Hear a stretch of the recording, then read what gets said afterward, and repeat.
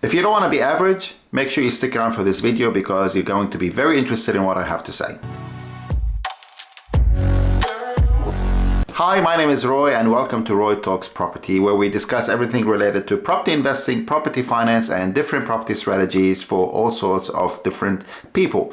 Make sure you subscribe to my channel and hit the bell icon to get notified every time we upload a video. In this video, we're going to talk about the difference between average landlords and serious property investors. Let me start off with some very interesting stats and then we'll just take it from there. In Australia, there are just over 2.2 million property investors. 71% of those property investors own one investment property. 19% of these property investors own two investment properties. It drops significantly to 6% of property investors owning three investment properties, and then 2% owning four investment properties, 1% owning five investment properties, and under or below 1% owning six investment properties or more. Clearly, most property investors are actually average, and that is why I call them average landlords. 90% of investors out there are stuck on the first or second investment property. And this is why I'm actually recording this video, because I personally sit down with 10 to 12 different individuals or couples every week to discuss their goals, what they're trying to achieve, how to build wealth through property. And I've noticed a pattern or a way of thinking that folks that end up becoming or being average versus folks that end up becoming serious property investors. So buckle up because it's going to be a very interesting video. First and foremost, an average landlord thinks emotionally. They look at how the property makes them feel versus a serious property investor looking at what a property can do for them. An average landlord wants to make sure that they like the property themselves. They would be happy to live in the property. They want to enjoy the property themselves and make sure that because they enjoy the property themselves, their tenant can also enjoy the property. Reality is you're not living in that property. The properties or the property investment's sole purpose is to help make you money, to help you create wealth for yourself, for your family, and for your future. So that is why a serious property investor thinks rationally and looks at what can that property do for them. What sort of problems can it help them solve, whether it's maybe cash flow, tax benefits, etc., and then decide on whether to buy that investment property or not. An average landlord thinks short term, while a serious property investor thinks long term. We're at the end of 2022. By the time of recording this video, there's a lot of noise in the market today, whether the market's going to crash, whether the market's going to keep going, whether rates are going up or down, etc. Reality is real estate has always been long term. Only recently people's focus shifted from being long-term into being short-term because they've seen the amount of gains that some investors who took the risk when no one else wanted to got into the market and they benefited from it. Reality is, if you want to be a serious property investor, you need to be able to go into it long haul. Okay, if you want to get in and out and flip and do all these things, you're probably going to get stung along the way, somewhere along the way in your portfolio, and you're going to lose some money or maybe have to fix it, or it could delay you and you have to think about the opportunity cost and so on. So average landlords think short term. They look at what's happening today. They don't really think outside the box. And serious property investors think long term. Average landlords only invest in their own backyard. Serious property investors invest where the money is. Let me give you an example. I bought a property back in 2012 and we've done really well with that property. We're quite happy with it. We bought it for $500,000. It's worth $1.2 million now. So yeah, we're just going to buy a property in the same suburb that we live in. But mate, the market in 2012 is very different than what it is today. Why would you want to invest in your backyard? You should invest in different markets where those markets are similar to what your suburb was back in 2012. So investing or doing well in one market an X point in time does not necessarily mean that you're going to do well if you reinvest in that market again in the future. Make sure to always keep an eye open for different markets across the country, and this is exactly what serious property investors do. This is a very interesting one. Average landlords buy their own home first.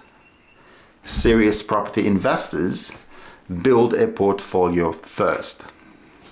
Why is this a controversial subject? You know, it's basically two different schools of thought. The older generation would say, buy a home first, you'll do well, you pay off the debt. Why would you want to pay rent, someone else's rent and mortgage and so on? Why would you want to rent? It's dead money. While today we're fully aware that there are ways to create wealth while you are still renting, which I will put up a video about at some point in the future about the strategy of rent vesting. So what happens when you buy a home first is like, oh, I want to make sure I can benefit from the first homeowner grant and the free stamp duty and so forth. So I've got 50 grand. I'm going to use the grants and I'm going to purchase an apartment. And it's a 2-bedroom apartment in the city somewhere. I would love to live in the city anyway. I'll live in it for 6 months, 2 years, whatever. And then I'll move out of the apartment and I'll turn it into an investment property. Probably I'll be married by then. And then we'll buy a home and live in it together. And then we'll change, we'll swap. And then the investment, the home or the apartment becomes our investment property. Reality is, apartments don't have the same capital growth as houses. And buying a 2-bedroom apartment in locations where there's always consistent supply of that product means that you're not going to have capital growth. And that is exactly the reason why 71% of property investors are stuck on that first investment, because most of them buy the first home before going down the path of investing in real estate. But we will cover that in a different video in the near future. Average landlords focus on what others say, while serious property investors focus on data and facts. I sit down with too many people who say, oh, I read this article in the news today. It said the market's going to crash by 30%. I'm going to wait.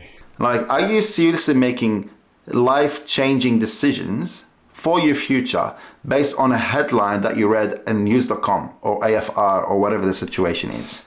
Are you seriously making that decision based on that?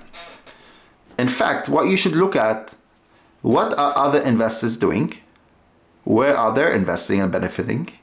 How the market is shifting, and just do or replicate what other successful investors are doing. So don't focus on what your uncle says or your grandma says or your auntie says or your father says or whatever. Look at what works for you. Maybe it's better off if you wait. Maybe it's not. But the reality is that if you make your decision based on facts and data, you cannot go wrong. Average landlords just want to buy a property.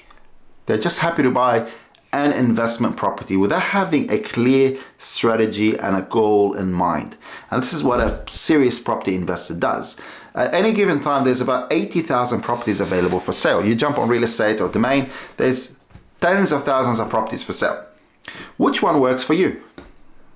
What may work for you may not work for someone else, and so on. So if you don't have a strategy or a plan in mind of how will investment property number 1 set me up to buy investment property number 2, and then investment property number 2 set me up to buy investment property number 3, then you don't have a plan. If you fail to plan, you plan to fail. And that's exactly what average landlords do, and I see that quite too often. And this is why I started this channel, Roy Talks Property. So if you want to learn more about how you can successfully start investing in real estate, click on the link below, book a phone call or a master strategy with me, and then we can take it from there. A couple more points that are very interesting points that I've learned during the lockdown period in the last couple of years. Average landlords underappreciate their tenants, while serious property investors treat their tenants like partners. Why am I saying that?